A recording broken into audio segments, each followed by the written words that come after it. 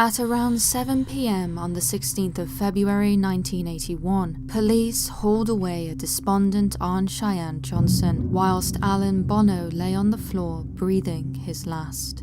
Gouged into Bono's flesh were several wounds, inflicted by a knife that was recovered by police officers on a nearby tree-lined path.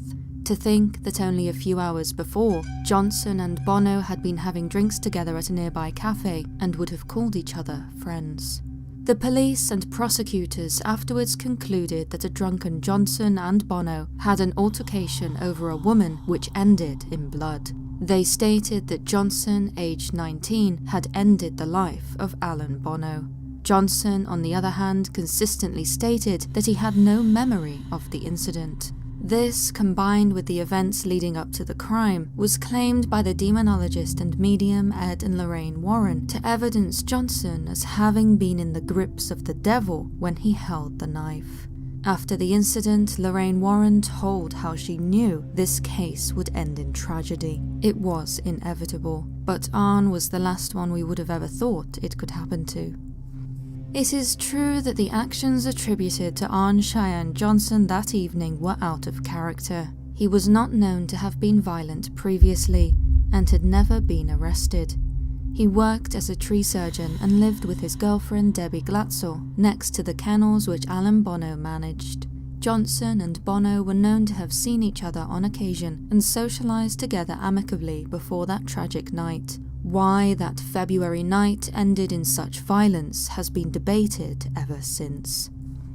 According to Johnson's family and the Warrens, the crime had nothing to do with earthly arguments. Instead, it was a byproduct of a struggle with demonic forces, a struggle that had been waging for months.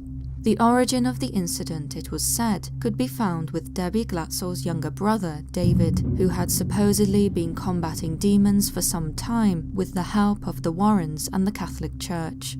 In the summer of 1980, David Glatzel started experiencing disturbing visions. It began when his sister and Johnson moved into a new home. During a visit, David is said to have been pushed by unseen hands, whilst alone in the master bedroom of his sister's new house. It was then that he saw an elderly man wearing a torn plaid shirt and blue jeans, who turned to him and said, "Beware." He would later claim to have seen the same man again, except this time his skin was charred and black, and his bare feet looked as though they belonged to a deer. As strange as David's alleged visitations may sound, his mother, Judy, had no doubt that her 12-year-old son was telling the truth, stating that she believed him instantly. When Judy Glatzel was interviewed later for the Washington Post, she described how she had read about the supernatural and had heard the Warrens lecture.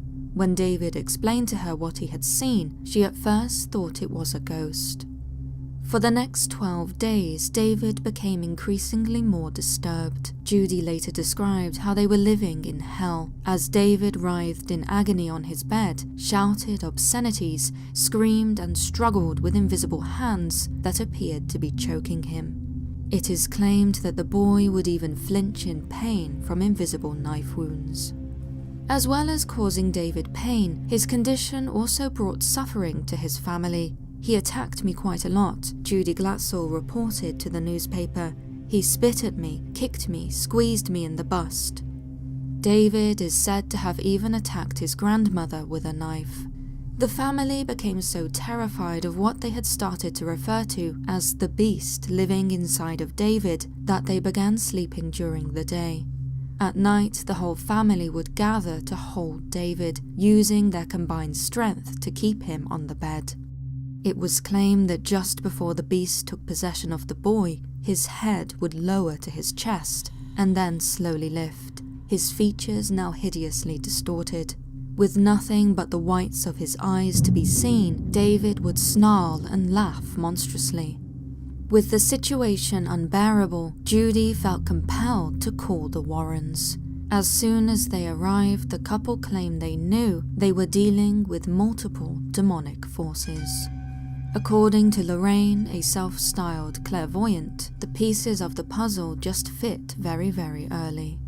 The Warrens soon contacted the Catholic Church to arrange for a priest to become involved.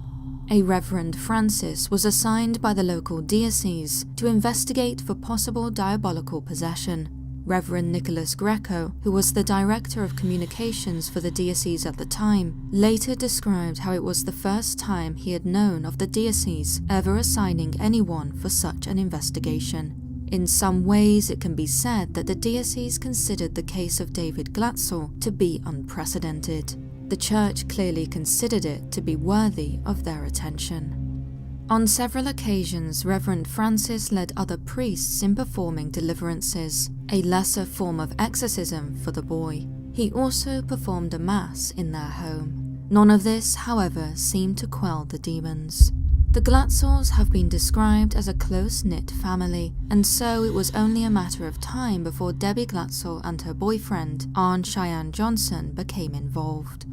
For one reason or another, they had never moved into their new home and were living with Debbie's parents at the time. Eager to help with David's affliction, Johnson would help pin David down and bring a crucifix to his forehead.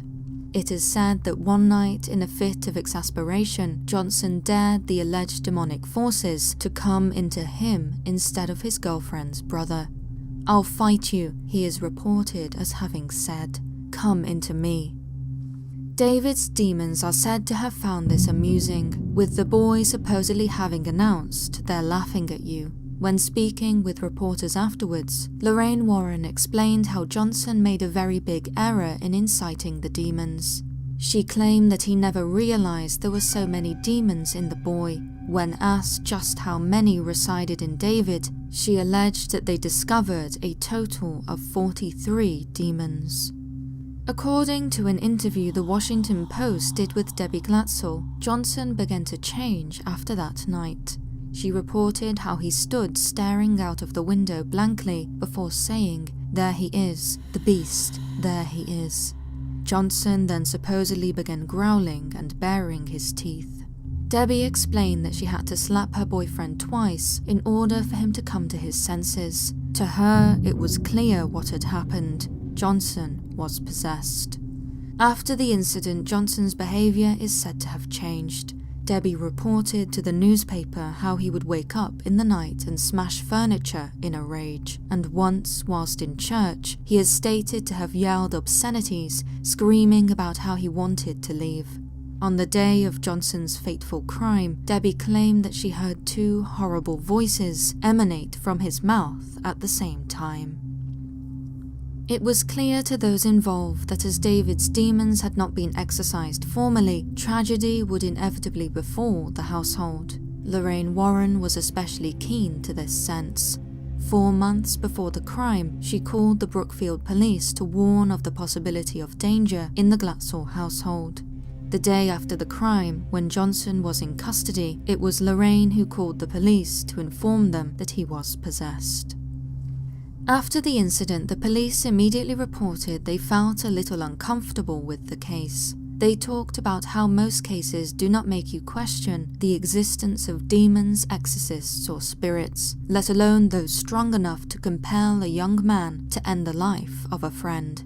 Speaking to a local newspaper, an officer on the case called Sergeant John Lucas stated how, as a basic religious precept, it's all possible, but in this case, he was just not sure.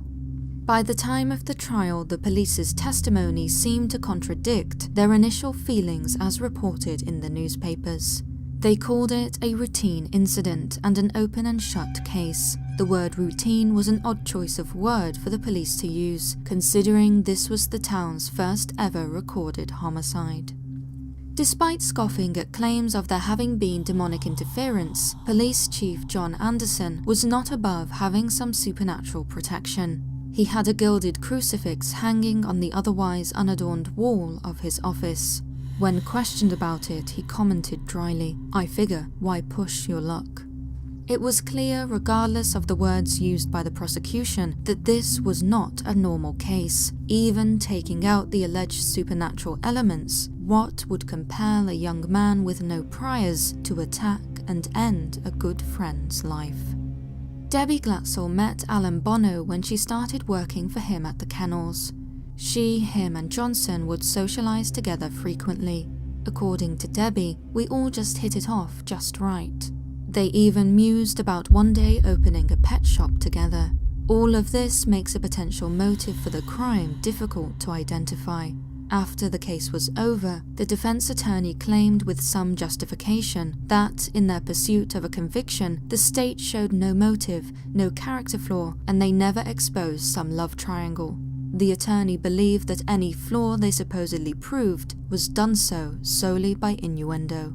And it is true, the prosecution was never able to establish a motive. The prosecutor, Walter Flanagan, merely stated that Johnson did what he wanted to do. Why, I don't know, but he did it. Motive is not necessary for a criminal to be convicted. In Johnson's case, all that was stated was that an altercation over a woman had led to the fateful events of the 16th of February. Which woman, however, is unclear.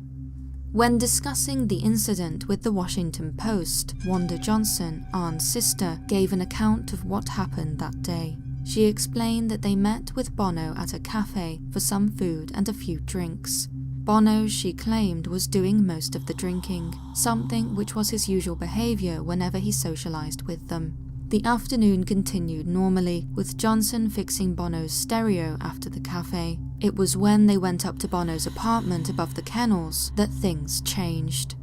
Bono, Wanda Johnson claimed, became violent and grabbed hold of some of the girls. Johnson was heading out to the car when he heard the commotion. He headed back up to find Bono holding onto his stepsister, Mary. Johnson demanded that he let her go, whilst Wanda restrained him. Johnson was like a stone. Wanda claimed that she simply couldn't budge him.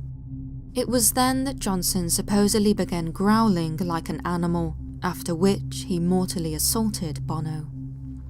Johnson's defense attorney later stated that the wounds inflicted would have required superhuman strength. Another version of events, reported on the 9th of November that year, suggested that Johnson ran out of his home with someone else around 6:40 p.m. to attack Bono at his kennels. The reason, it was said, was retaliation after Bono allegedly insulted Johnson's girlfriend, Debbie. This was the sequence of events presented by the prosecution against Johnson. What actually happened that night is thoroughly confusing.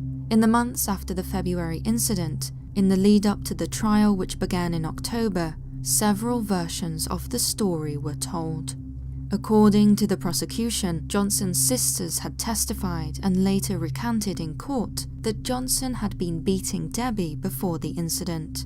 A testimony given by the ambulance driver stated that he had heard Debbie exclaim to her father that Johnson didn't mean to do it. You know how he gets when he's been drinking. Events really changed, however, when the judge dismissed the use of demonic possession as a valid defense. Johnson's attorney, who had until that point been intending to use demonic possession as an excuse for his client's behavior, was forced to change tactics at the last moment. Now he argued for self-defense. The knife the sisters had previously admitted in newspapers and testimonies as being in Johnson's hands was now in Bono's. Ultimately, it was a hopeless defense, but fought valiantly, and was at least able to lower the maximum penalty that could have been allotted to Johnson. On the 24th of November 1981, Johnson was convicted of first-degree manslaughter and was sentenced to serve 10 to 20 years in prison. According to Gerard Brittle, who afterwards wrote the book about the case, supernatural occurrences were reported to have happened in the courtroom during the trial. One example he gives is how lights routinely flickered in the room. It is also suggested that problems experienced by the jurors, which included a business catching fire, were the result of demonic forces. After the sentence was passed, the defense spoke about there being an appeal. Johnson, however, did not wish to pursue the matter further and risk having to serve more time in prison. "They don't want to hear possession," Johnson is said to have exclaimed. Ultimately, Johnson only served 5 years of his sentence before being released. He and Debbie married whilst he was in jail and lived together after he left prison. He has continuously affirmed that the devil was behind the events of 1981. The case, however, can be said to have continued long after Johnson was released. David Glatzel is recorded as having predicted that the trial would never finish, and in many ways he was correct. The legacy of Arne Cheyenne Johnson's trial is represented by decades worth of books, television shows, and films, all of which have been produced on a subject that no concrete verdict has ever been reached. To say that it was alcohol that compelled Johnson seems reductionist. Blaming demons, on the other hand, can be said to be overly sensational. Aside from the $2,000 paid to the family by the Warrens' book publisher, Johnson and the Glatzels do not seem to have been financially compensated. The demonic possession defense probably caused them much more trouble than it was worth. Indeed, if it was not for Johnson's good behavior in prison, he would not have been let out after 5 years. The full 20-year sentence would have most likely been served instead. There were probably a million better ways to have presented a defense for Johnson. Ultimately, the case is one which has no clear answer. What happened that night and why remains a mystery. Individual belief plays a large part in interpretation. It is almost hopeful to think that such a horrible crime was indeed caused by the devil rather than the much more human hands of a young man just starting out in life, whose biggest problem, according to Debbie Glatzel, was being too good. Thank you for watching, and an extra special thank you to our members, both here on YouTube and on Patreon. Your support means so much to us. If you enjoyed this and haven't done so already, please do subscribe for more of the paranormal, ensuring that you have turned on all notifications by clicking the bell icon. And if you cannot wait until my next video, why not check out the one suggested on screen now? Until next time.